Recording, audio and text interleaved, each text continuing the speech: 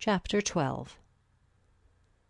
As Eleanor and Marianne were walking together the next morning, the latter communicated a piece of news to her sister, which, in spite of all that she knew before of Marianne's imprudence and want of thought, surprised her by its extravagant testimony of both.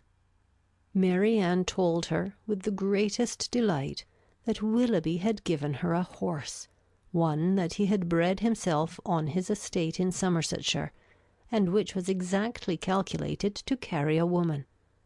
Without considering that it was not in her mother's plan to keep any horse, that if she were to alter her resolution in favour of this gift, she must buy another for the servant, and keep a servant to ride it, and, after all, build a stable to receive them, she had accepted the present without hesitation, and told her sister of it in raptures.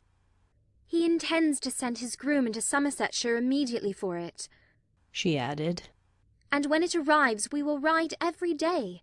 You shall share its use with me. Imagine to yourself, my dear Eleanor, the delight of a gallop on some of these downs." Most unwilling was she to awaken from such a dream of felicity to comprehend all the unhappy truths which attended the affair, and for some time she refused to submit to them. As to an additional servant, the expense would be a trifle. Mamma, she was sure, would never object to it, and any horse would do for him.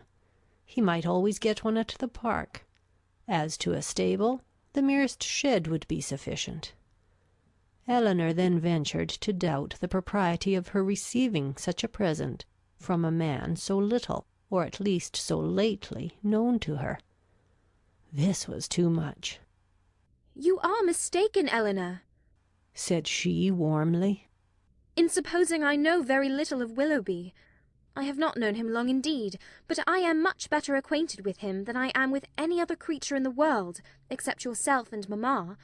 It is not time or opportunity that is to determine intimacy. It is disposition alone.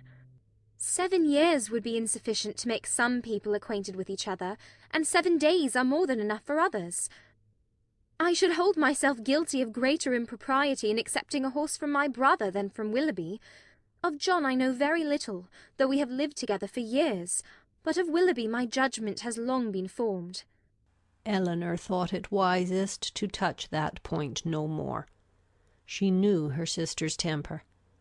Opposition on so tender a subject would only attach her the more to her own opinion, but by an appeal to her affection for her mother, by representing the inconveniences which that indulgent mother must draw on herself if, as would probably be the case, she consented to this increase of establishment, Marianne was shortly subdued, and she promised not to tempt her mother to such imprudent kindness by mentioning the offer, and to tell Willoughby when she saw him next that it must be declined.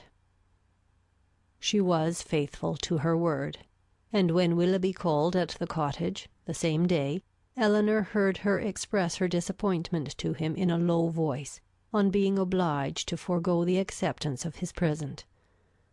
The reasons for this alteration were at the same time related, and they were such as to make further entreaty on his side impossible. His concern, however, was very apparent, and after expressing it with earnestness, he added, in the same low voice, "But, Marianne, the horse is still yours, though you cannot use it now. I shall keep it only till you can claim it. When you leave Barton to form your own establishment in a more lasting home, Queen Mab shall receive you."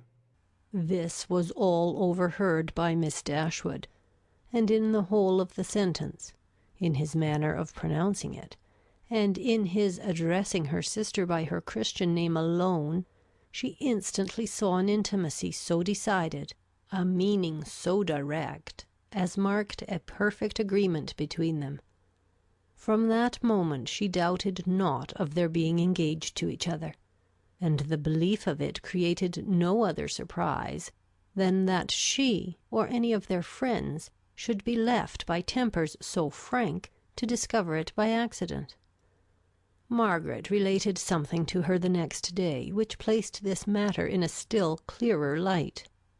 Willoughby had spent the preceding evening with them, and Margaret, by being left some time in the parlour with only him and Marianne, had had opportunity for observations, which, with a most important face, she communicated to her eldest sister when they were next by themselves.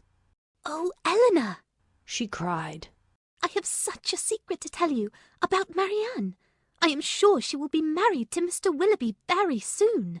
"You have said so," replied Eleanor.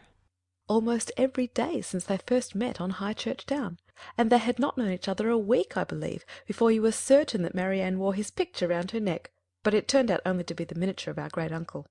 "But indeed this is quite another thing. I am sure they will be married very soon, for he has got a lock of her hair." "Take care, Margaret. It may be only the hair of some great uncle of his." "But indeed, Eleanor, it is Marianne's. I am almost sure it is, for I saw him cut it off. Last night after tea, when you and Mamma went out of the room, they were whispering and talking together as fast as could be, and he seemed to be begging something of her, and presently he took up her scissors and cut off a long lock of her hair, for it was all tumbled down her back, and he kissed it and folded it up in a piece of white paper and put it into his pocket-book." For such particulars, stated on such authority, Eleanor could not withhold her credit, nor was she disposed to it, for the circumstance was in perfect unison with what she had heard and seen herself. Margaret's sagacity was not always displayed in a way so satisfactory to her sister. When Mrs. Jennings attacked her one evening at the park, to give the name of the young man who was Eleanor's particular favourite, which had been long a matter of great curiosity to her, Margaret answered by looking at her sister and saying, "I must not tell, may I, Eleanor?" This, of course, made everybody laugh, and Eleanor tried to laugh too, but the effort was painful. She was convinced that Margaret had fixed on a person whose name she could not bear with composure to become a standing joke with Mrs. Jennings. Marianne felt for her most sincerely, but she did more harm than good to the cause, by turning very red, and saying in an angry manner to Margaret, "Remember that whatever your conjectures may be, you have no right to repeat them." "I never had any conjectures about it," replied Margaret. "It was you who told me of it yourself." This increased the mirth of the company, and Margaret was eagerly pressed to say something more. "Oh, pray, Miss Margaret, let us know all about it," said Mrs. Jennings. "What is the gentleman's name?" "I must not tell, Mum, but I know very well what it is, and I know where he is too." Yes, we can guess where he is. At his own house at Norland, to be sure. He is the curate of the parish, I dare say." "No, that he is not. He is of no profession at all." "Margaret," said Marianne with great warmth, "you know that all this is an invention of your own, and that there is no such person in existence." "Well then, he is lately dead, Marianne, for I am sure there was such a man once, and his name begins with an F." Most grateful did Eleanor feel to Lady Middleton for observing at this moment that it rained very hard, though she believed the interruption to proceed less from any attention to her than from her ladyship's great dislike of all such inelegant subjects of raillery as delighted her husband and mother. The idea, however, started by her, was immediately pursued by Colonel Brandon, who was on every occasion mindful of the feelings of others, and much was said on the subject of rain by both of them. Willoughby opened the pianoforte, and asked Marianne to sit down to it, and thus, amidst the various endeavours of different people to quit the topic, it fell to the ground. But not so easily did Eleanor recover from the alarm into which it had thrown her. A party was formed this evening for going on the following day to see a very fine place about 12 miles from Barton, belonging to a brother-in-law of Colonel Brandon, without whose interest it could not be seen, as the proprietor, who was then abroad, had left strict orders on that head.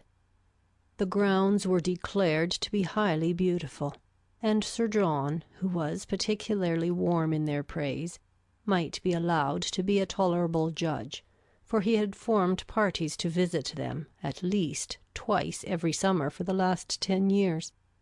They contained a noble piece of water, a sail on which was to form a great part of the morning's amusement. Cold provisions were to be taken, open carriages only to be employed, and everything conducted in the usual style of a complete party of pleasure. To some few of the company it appeared rather a bold undertaking, considering the time of year, and that it had rained every day for the last fortnight, and Mrs. Dashwood, who had already a cold, was persuaded by Elinor to stay at home.